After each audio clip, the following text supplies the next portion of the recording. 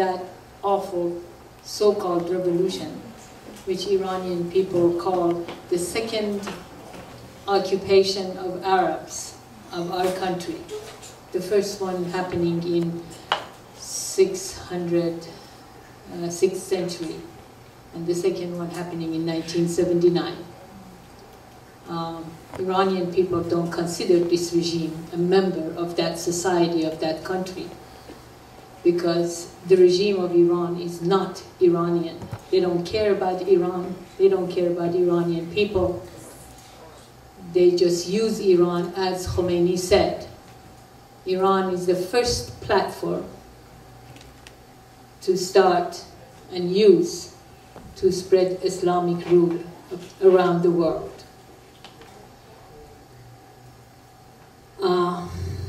For the last 20 years, I have been fighting the Islamic regime, and I've been trying to tell everybody, please, please, please do not trust this regime, and trying to bring the voice of the Iranian people to the attention of the world. And I talked to the women who have created this wonderful women's movement. I know what's going on, but they wouldn't listen to me. They would not believe me, or they didn't want to believe me. But when 2009 uprising happened in Iran, and they saw everything on this television screens, that tens and thousands of people on the streets, hundreds of thousands on the streets of Iran, chanting that Obama, Obama, are you with them or with us? And death to dictators.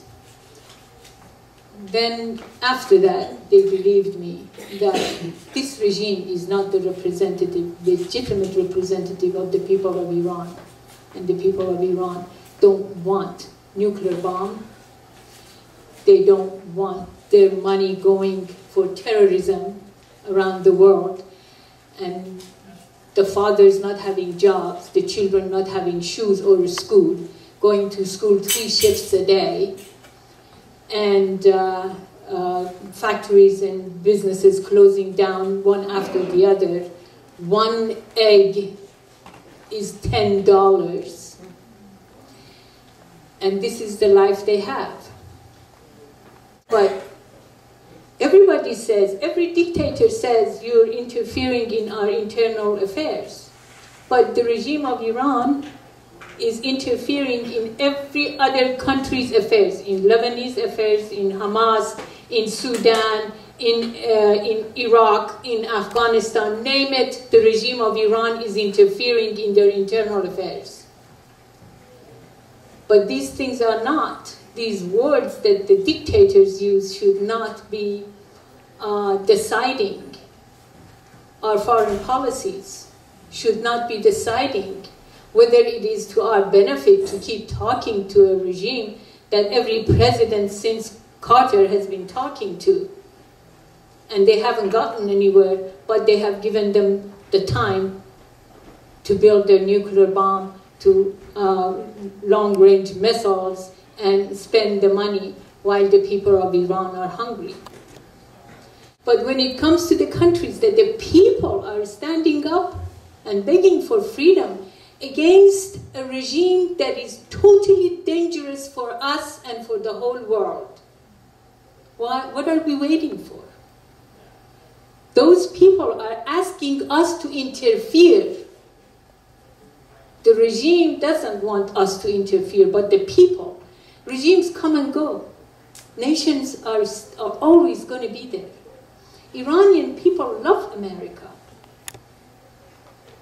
But when America stands with the regime, their enemy, that's when they lose trust.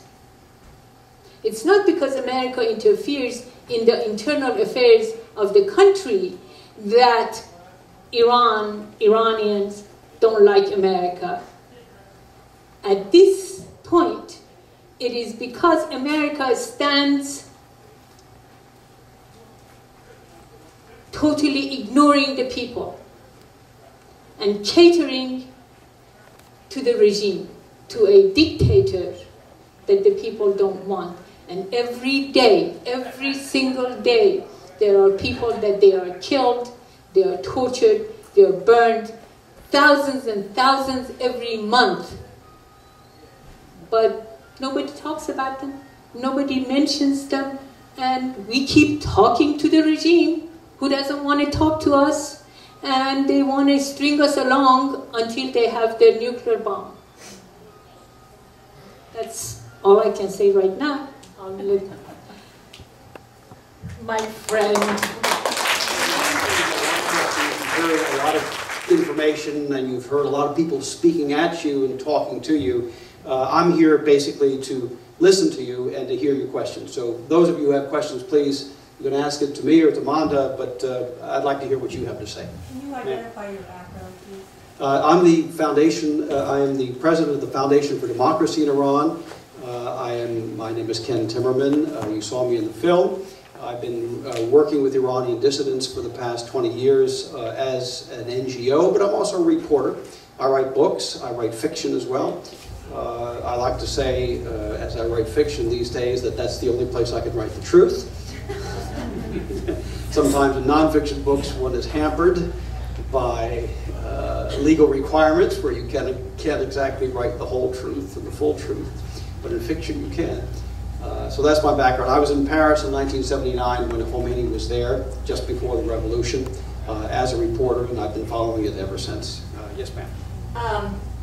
I've talked with Amanda on a number of occasions and have been just absolutely enthralled with her experiences, having been born and raised in Iran and learned an incredible amount, and even obviously way much more so from this movie. And my sort of rhetorical question is, why on earth did we invade Iraq? Are we invading Afghanistan when these things are going on in Iran? But the question that I really wanted to ask both of you is, the issue that I don't understand is, yes, it seems logical that we should help the people and do what we can to get rid of the regime that wants to, destroy America. But then, what happens? That seems to be the stumbling block. What happens after? Suppose you get rid of those people. How do you get a regime in place? How does Iran, how do the people come up with some type of governance that isn't going to go down the same road? You want to talk about that? Okay. Well, in 1979, when Khomeini took over Iran, the second occupation of Arabs happened in Iran. 5 million, the cream of the crop, the highly educated, mostly in America, fled the country. These 5 million are all over the world. 2 million of us are here, right here in America. And we're not sitting watching and looking at anything. We are all involved. And we're all activists. I personally, with the help of 3 other friends, have written a future constitution for a free Iran. It's right there. And this constitution, we mainly copied the American Constitution. And it's there. And all these people who are working, of course, we've got all our different ideologies from far left all the way to the far right. We have them all in our community. But we're all in each groups. We're all fighting the regime. We're all preparing. We're all discussing. We're having even arguments and disagreements over the ideologies. But we're there. And all these 15 million young Iranians who are under 35 years of age inside Iran, educated, smart, and they want to be free so they can live free, and they want to be a part of the international community. They're all there. They're not stupid. They know they have tasted the oppression, the regime, the Islamic oppression. It's not, in other countries there is worries about the Muslim Brotherhood and Islamic takeover. In Iran, it's opposite. This is against Islamic takeover. it's taking over Islamism.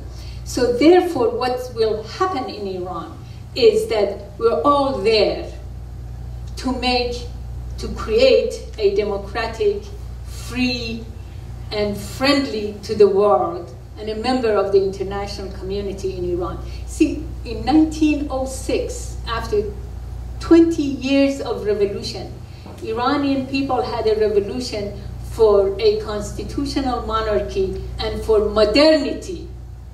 Since 1906 until 1979, Iranian people versus the clergies who had the power, and they didn't want to give it up. They fought and fought and fought every step of the way against the modernity that the people of Iran had revolted for in 1906.